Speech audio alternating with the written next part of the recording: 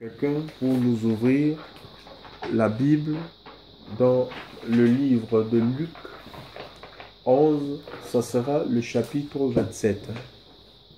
Luc chapitre 11, ça sera le verset 27. Que le verset 27. Luc chapitre 11, verset 27. Donc l'évangile de Luc. Luc, pour ceux qui ne le savent pas, était médecin. Alléluia. Donc Jésus l'a choisi pour être son apôtre. Voilà. Luc 11, verset 27.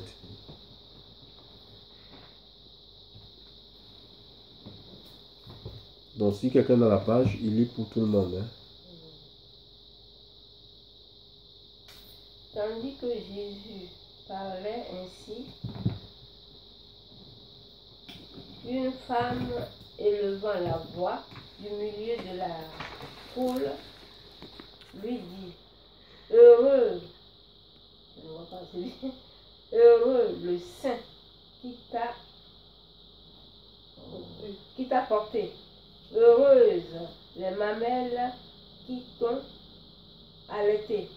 Et il répondit: heureux plutôt ceux qui écoutent la parole de Dieu et qui la gardent.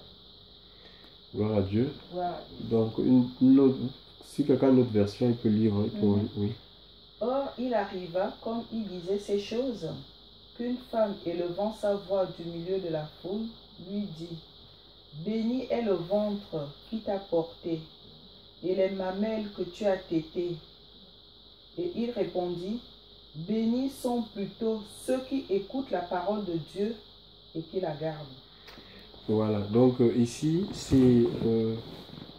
nous voyons, c'est une réponse à ce que heureux, plutôt celui qui écoute la parole de Dieu et qui la garde. C'est la réponse par rapport à, je peux dire, aux éloges en fait, les éloges qui ont été faites à la maman de Jésus. Oui, aujourd'hui c'est la fête de... Donc ici, qu'est-ce qui se passe? Le Seigneur était en train de prêcher. Il enseignait une foule. Et une femme, sous le coup de l'émotion, parce qu'elle a écouté tellement, peut-être elle était ravie de ce qu'elle était en train d'entendre. Elle va dire béni ou heureux le sein qui t'a porté et les mamelles qui t'ont allaité. Le Seigneur va dire heureux plutôt celui qui écoute ma parole et la garde, conjonction de coordination. Donc en fait, quelqu'un de béni ou quelqu'un de heureux, c'est quelqu'un qui est dans une situation favorable. C'est un état, un homme heureux, un homme béni, c'est un état de bien-être. Alléluia. Un état de bien-être dans lequel on se trouve. Mais pour être dans cet état de bien-être, de satisfaction, ça ne dépend pas du fait qu'on soit fils, qu'on soit mère ou fils d'un pasteur, fils d'un pasteur ou enfant d'un pasteur, ou qu'on est mis au monde, qu'on soit la maman d'un pasteur, qu'on est mis au monde de Messie. Donc ici nous avons, ici le Seigneur, ici, là il est question de sa maman. Donc il y a des gens, aujourd'hui il y a beaucoup de familles chrétiennes. Donc par exemple Dieu fait grâce, il va susciter un pasteur, un apôtre, un prophète, que sais-je, dans une famille, au lieu que les gens se rangent, donc qu'ils se rangent dans la vision, qu'ils suivent la vision, qu'ils cherchent Dieu, vraiment à obéir au Seigneur. Parfois, ils veulent reposer leur vie, leur confiance sur celui qui a été appelé, pensant que leur situation va s'améliorer, ou ils auront une bonne vie, une vie heureuse. C'est complètement, c'est faux. Tu peux avoir mis au monde un fils qui a la puissance de Dieu, qui opère des miracles. Mais si tu n'as pas la foi dans ce qu'il prêche, mais ta vie sera assaillie par des démons. Tu ne peux pas connaître la paix. Donc tu vois, Donc c'est une affaire de relation avec la parole de Dieu. Il dit, le Seigneur dit heureux plutôt, donc ce qui nous rend heureux, ce qui fait que nous soyons dans un état de satisfaction, de bien-être, de repos. Chers frères et sœurs, c'est non seulement l'écoute, parce que nous avons besoin d'écouter pour que la foi naisse dans les cœurs. La foi vient de ce qu'on entend. Et ce qu'on entend vient de Dieu. Donc non seulement l'écoute, mais il faut aussi la pratique. Il faut l'écoute et la pratique, c'est les deux choses.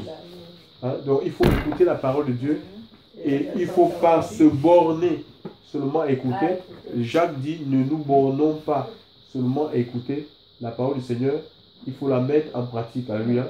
Donc, et en mettant la parole de Dieu en pratique, c'est une loi c'est la loi de la liberté. Hein. Jacques me dit donc, nous allons rentrer dans la liberté. Alléluia.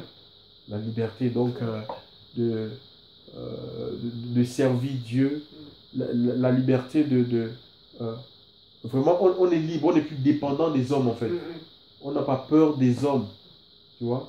On craint Dieu, on respecte les hommes, on honore les hommes, on n'a pas peur, on ne fait plus les choses à contre-cœur. Vraiment, on est nous, on retrouve notre identité d'enfant de Dieu. Donc, il ne faut pas qu'on se fie, parce que on est, je sais pas, fille d'un pasteur ou maman d'un pasteur, ou encore on connaît l'homme, on est à côté de l'homme le plus loin du monde. Il y a des gens comme ça qui cherchent, au lieu de chercher à être plus proche du Seigneur, eux, ils cherchent à être plus proche des pasteurs, plus proche des hommes de Dieu. Ça ne produit rien dans ta vie. Alléluia. Ça ne produit rien dans ta vie. Il y avait des gens, même du temps de Christ, quand il opérait des miracles, ils ne vivaient rien. Notamment les scribes et les pharisiens. Ils étaient là à bouder, chers frères et sœurs dans le Seigneur. Donc c'est vraiment, c'est la relation. Le Seigneur dit, c'est l'écoute et la pratique qui nous rend heureux. Amen. Ce n'est pas ton or et ton argent. C'est l'écoute et la pratique de la parole de Dieu qui te rend heureux et qui va te permettre d'expérimenter les promesses de Dieu pour ta vie sur la terre. Nous recevons tout dans l'esprit en fait. Dieu nous révèle les choses dans l'esprit. Hein. Même ce qu'il a envie d'accomplir avec nous. Mais ces choses-là ne vont pas se matérialiser naturellement, dans le naturel, si on néglige la parole du Seigneur.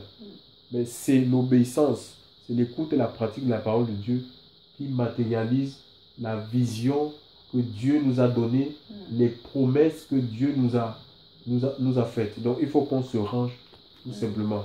Le Seigneur dit heureux plutôt. Donc voilà, celui qui écoute ma parole et qui la met, c'est-à-dire qui la garde. Voilà. Donc le Seigneur dit celui qui m'aime garde mes commandements. Donc on ne doit pas seulement aimer Dieu du bout des lèvres, hein, donc de manière intellectuelle. Il faut qu'on soit dans la pratique de Dieu. Et c'est ça qui va faire de nous des hommes et des femmes heureux. Alléluia. Des hommes et des femmes heureux, des hommes et des femmes épanouis. Que le nom du Seigneur soit béni. C'est les occasions de ce soir. Amen. Voilà.